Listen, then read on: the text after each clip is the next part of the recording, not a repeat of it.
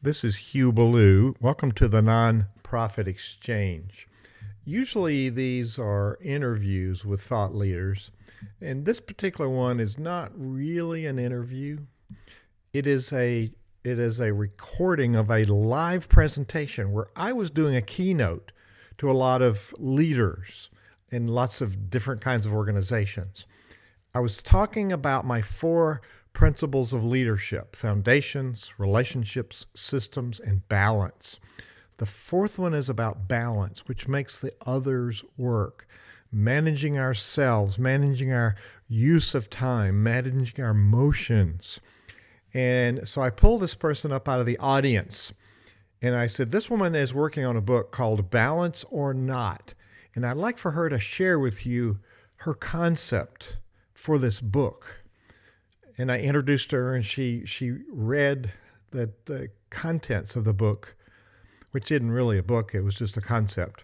And then at the end, I said, oh, by the way, this is my wife, and you can hear the giggles.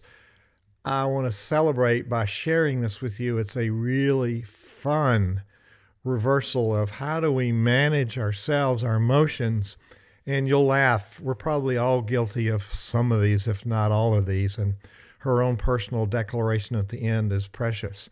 So here's my bride, Reverend Leigh Taylor, speaking live at a conference. And in my keynote, where she stole the show like I knew she would, but that was what I wanted. Enjoy. I see a lot of mistakes that leaders make in terms of balance. And if you were to write a book about balance, tell us a little bit about balance. Would you come up here? This is Leigh Taylor. And she has envisioned what a book about balance would look like. So give us a highlight of some of the chapters of a book about balance. And you're a leader. Hey everybody, I'm writing a new book. I'm thinking about calling it Adrenaline as a Way of Life. Or maybe I'll try Time. There'll never be enough of it, so squander what you've got. Here's a sneak peek at my chapter outline. Chapter 1, E-mergency. Answer all emails at once. Do not delay. Stop whatever you are doing and answer those babies. Chapter 2, adrenaline is my motivator. Save tasks that are due today until the last hour. Better yet, the last half hour of your workday, so you will have that added energy boost of adrenaline to help you complete your task.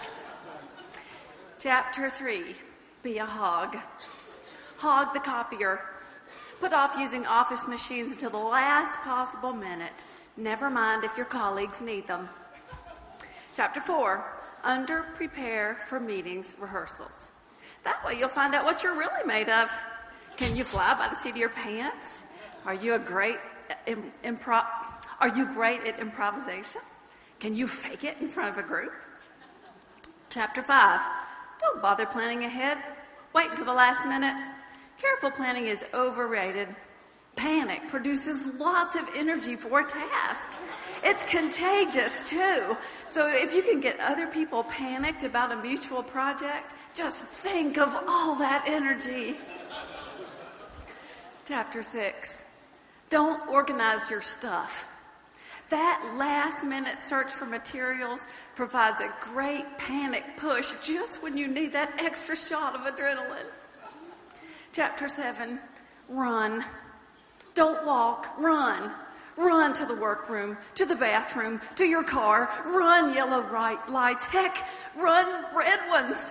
That gets everybody excited. Chapter 8, do one more thing.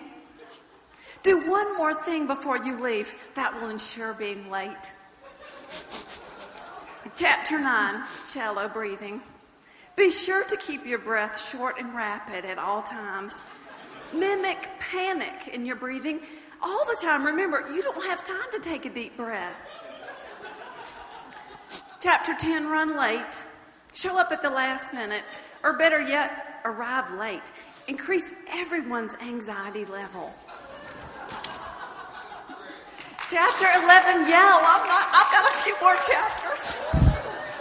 Chapter 11, yell. Yell at everybody when you are running late. If there's no one there, yell at the empty house, yell at the empty car, yell at the other cars, yell under your breath or write out loud at anyone or anything that gets in your way. Chapter 12, fast. Eat in your car, even better, don't eat at all. Being hungry increases your discomfort level and decreases your functioning level, which will force your adrenaline to kick in and do its magic. When you do eat, gorge on foods that are bad for you. You might be familiar with my chapter. Chapter 13, blame. Blame other people. Blame your life situation. Blame the traffic. Blame the stoplights. Blame your mother. Blame anyone or anything you can think of for anything and everything. Chapter 14, calendar schmalendar. Don't bother double checking your calendar for appointments. Better yet, don't write them down in the first place. If they really need you, they'll call you.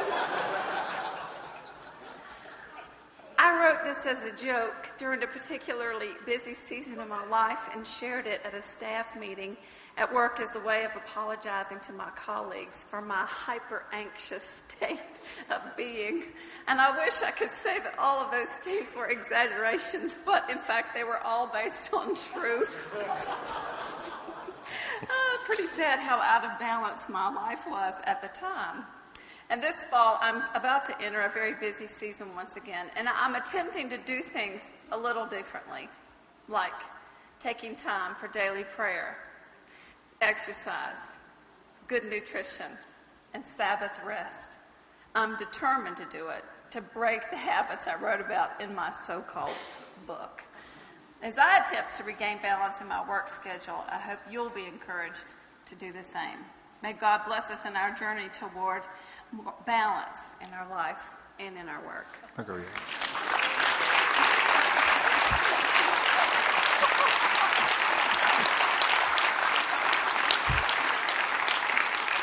That's a funny way of looking at some realities. This is my wife. We struggle with balance, and what I said before is it's okay to say as a leader, I don't have it together. And we work on balance in our lives. And all of these things, it's sort of tongue-in-cheek, but it tells me a lesson of I've got to get it together. So thank you for sharing that. You're welcome.